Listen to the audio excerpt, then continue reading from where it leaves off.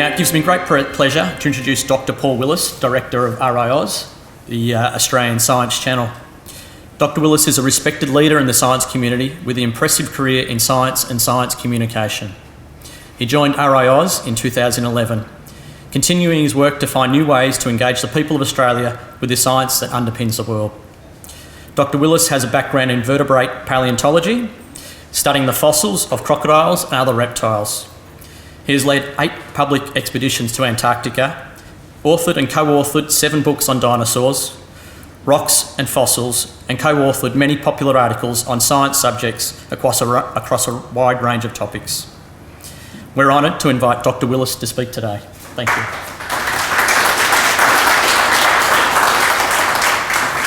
Thank you very much, Chris, and it's an honour. In fact, it's very exciting to be here. Why is it exciting? Today, we're handing a roadmap to the future, to the next generation. What could possibly be more exciting than that? I was in my last year at university as an undergraduate, Sydney University, when I saw my first document written on a word processor. One of the other students had used his Micro B or a Commodore 64 or some other antediluvian computer to write the last assignment for the last year of our undergraduate career. The rest of us were incredulous that you could make changes to the finished text. And we'd all been writing our assignments by hand and then having them typed up if we knew someone who owned a typewriter. And just a few years later, I saw my first email. My girlfriend at Sydney University had established an email link to a colleague in Canberra, and I couldn't believe that messages were sent back and forth so quickly and easily. All through my postgraduate studies, my correspondence with colleagues across Australia and around the world was by letters sent in the mail that would take weeks, sometimes months, to get a reply. And now, just a few short years later, now just a couple of decades, more than 30 years later, it's almost impossible to imagine a world without word processors, computers, and the internet. And I paused for thought recently when I think back over the guys and gals that I went through high school with way back in the last millennium.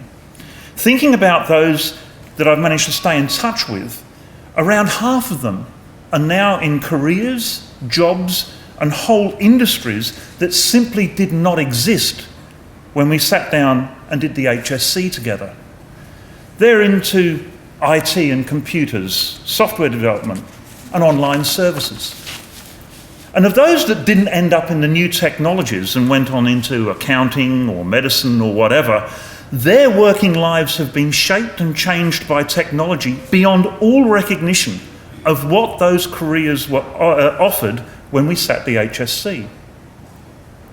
Now, when I think back over which students went on into the new industries or who benefited the most from the application of new technologies to old pre-existing careers, it was those of us who were clever at maths, who had an aptitude for science, and were generally interested and engaged with learning about the physical world.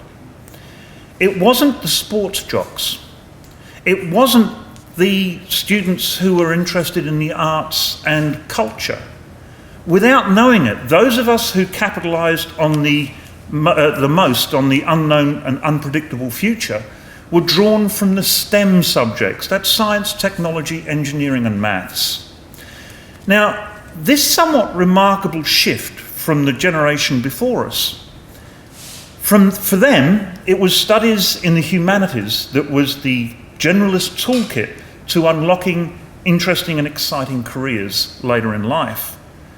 But that paradigm shifted at the end of the 20th century. It is now a STEM education that best prepares the young for an unimaginable career in future economies, dominated by ever more complex technologies, driving ever more miraculous applications to make money and build the societies of tomorrow.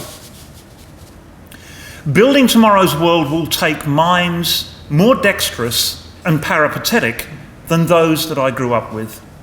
Dexterous and flexible minds are needed to continually adapt to our changing environment.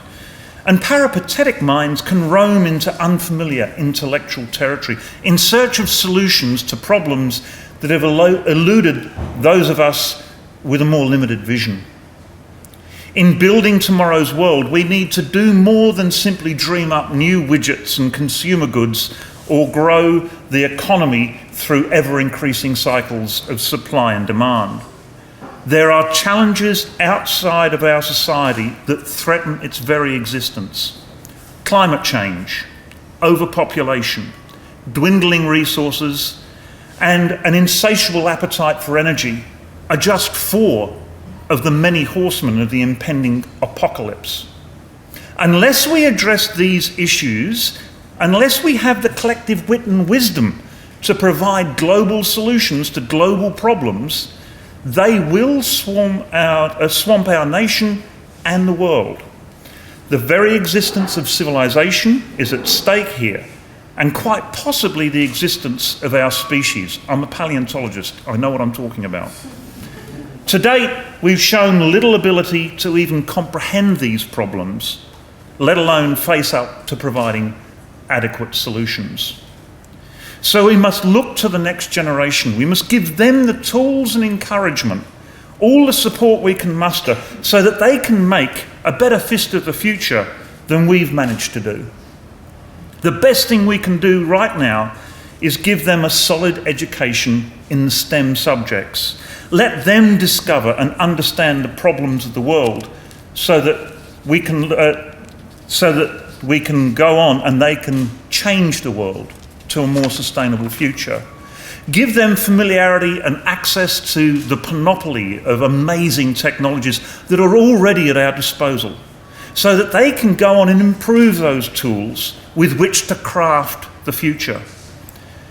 Fire their thirst for learning with an education that allows them to explore ideas from throughout history and throughout the world.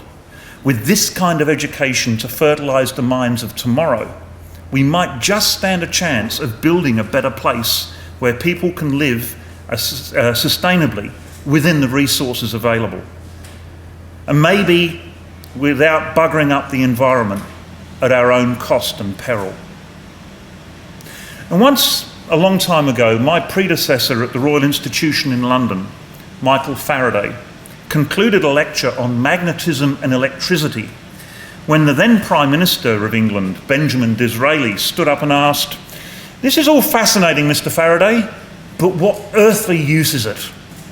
To which Faraday replied, "What use an unborn child? I do not know, but I promise you this, one day you will be able to tax it." And I think of that exchange every time I look into the eyes of my 10-year-old son when he is out playing with his mates.